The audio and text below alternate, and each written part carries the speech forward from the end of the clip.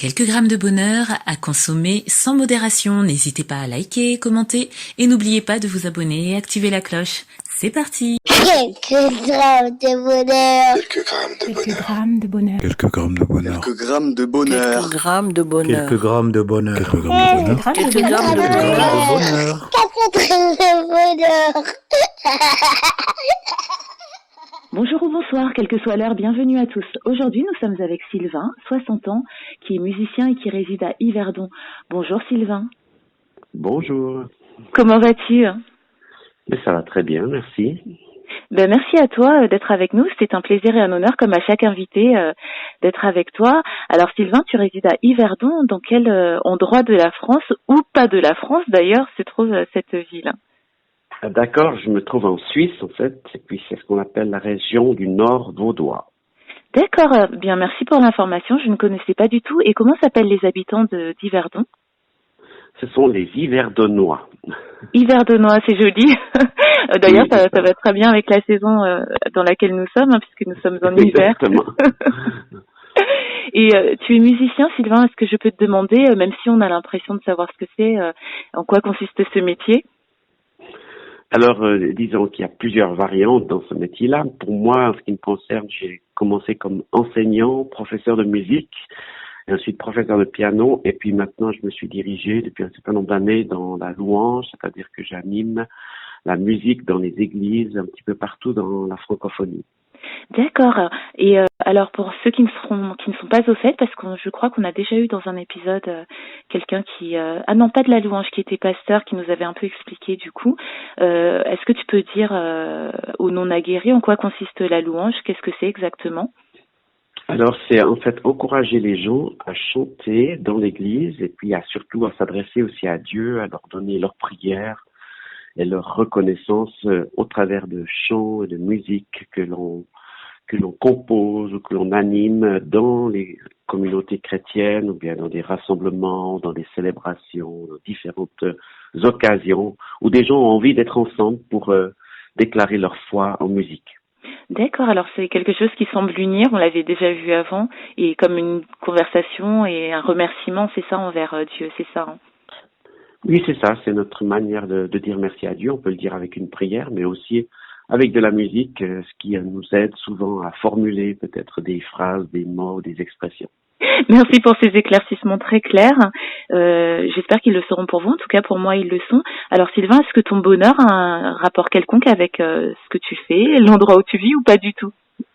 Oui, absolument. Déjà, j'ai la chance de vivre en Suisse, qui est un pays quand même paisible, et puis avec une nature magnifique. Et puis en plus, disons, je me sens tout à fait à ma place dans ma profession, dans mon travail, dans mes activités. Et je crois que le bonheur, c'est d'être à la place où on sait qu'on doit être.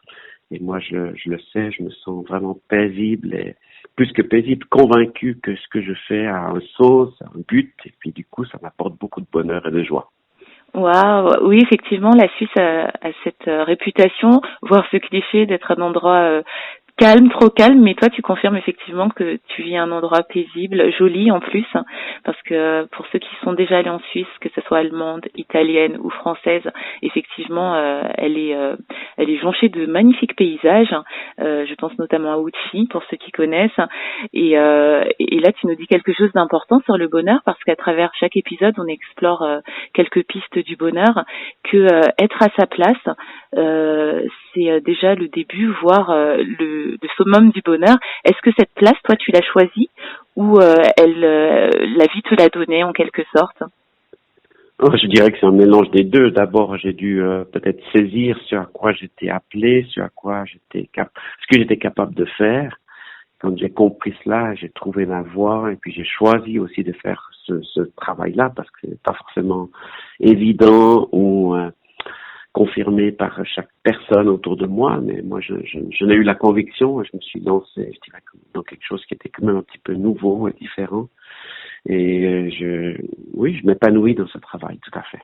Wow, c'est très intéressant ce que tu nous dis là, parce que quelque part dans ce que tu dis, c'est que on a tous une place en fait dans la vie, on a tous un but, et quand on l'a trouvé ou qu'on pense l'avoir trouvé, et qu'on s'y sent bien, qu'on sent que c'est l'endroit où on doit être, et géographiquement, et physiquement, et moralement, ou peut-être l'ensemble, on ne peut être qu'être heureux. C'est très très intéressant là, ce que tu nous donnes à réfléchir. Oui, c'est ça. Chacun a le choix sur sa vie, bien sûr.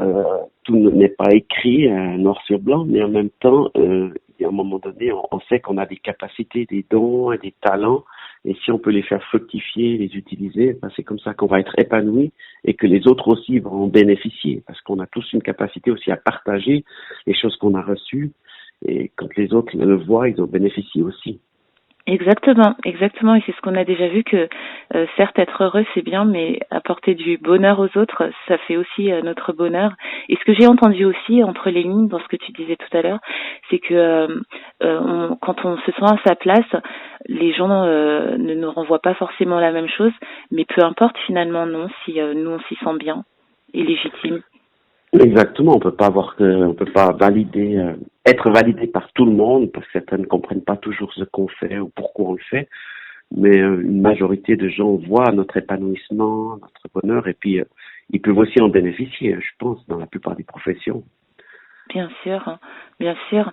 Bah oui, c'est important aussi de souligner ça que il y a un adage connu qui dit que le bonheur des uns ne fait pas forcément le bonheur des autres, et c'est vrai, on ne peut pas avoir l'approbation de tout le monde, mais oui, tu nous montres que si on est heureux là où on est, qu'on apporte du bonheur à ceux qui nous entourent, eh bien oui, allons-y, et peut-être que le reste portera ses fruits, il y aura d'autres Exactement. conséquences plus heureuses. Bien, merci énormément pour ce bonheur, ces bonheurs, cette somme de bonheur finalement, et cette piste de réflexion sur qui on est, où on va, où on est et où on voudrait aller, et où on pourrait aller aussi, parce que peut-être qu'on se met des barrières parfois, et qu'il serait peut-être judicieux pour accéder à ce bonheur de briser ces barrières, de briser les peurs qu'on peut avoir ou les entraves que la vie peut nous présenter.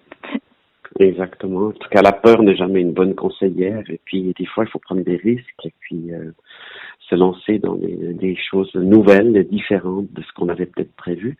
Mais une fois qu'on a franchi ce genre de pas, eh bien, on peut découvrir l'épanouissement qu'il y a à faire, ce pourquoi on est appelé, ce qui nous correspond le mieux. Wow, je n'ajouterai rien car c'est une très jolie conclusion, je trouve. Tu parlais de paisibilité tout à l'heure concernant l'endroit où tu es, mais moi je trouve que c'est toi, dans ta voix et dans ta manière de présenter les choses, qui nous apporte de la paisibilité. Donc je te remercie énormément. Je te remercie d'avoir participé à l'émission.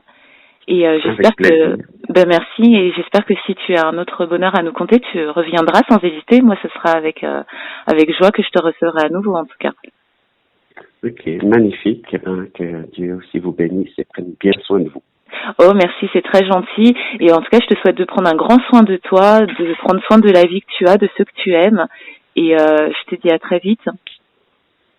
À une prochaine, merci. Au revoir. Au revoir. Et n'oubliez pas, vous autres, le bonheur, aussi léger soit-il, n'est jamais loin. Alors sachez le voir, vous en saisir et l'apprécier.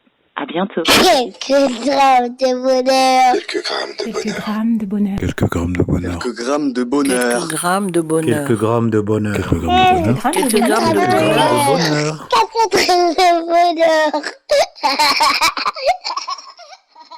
Également envie de donner un peu de bonheur en partageant le vôtre ? N'hésitez pas à prendre un rendez-vous téléphonique avec moi pour une interview sur le lien suivant que vous trouverez également en barre d'infos. À très vite et n'oubliez pas de vous abonner. Merci.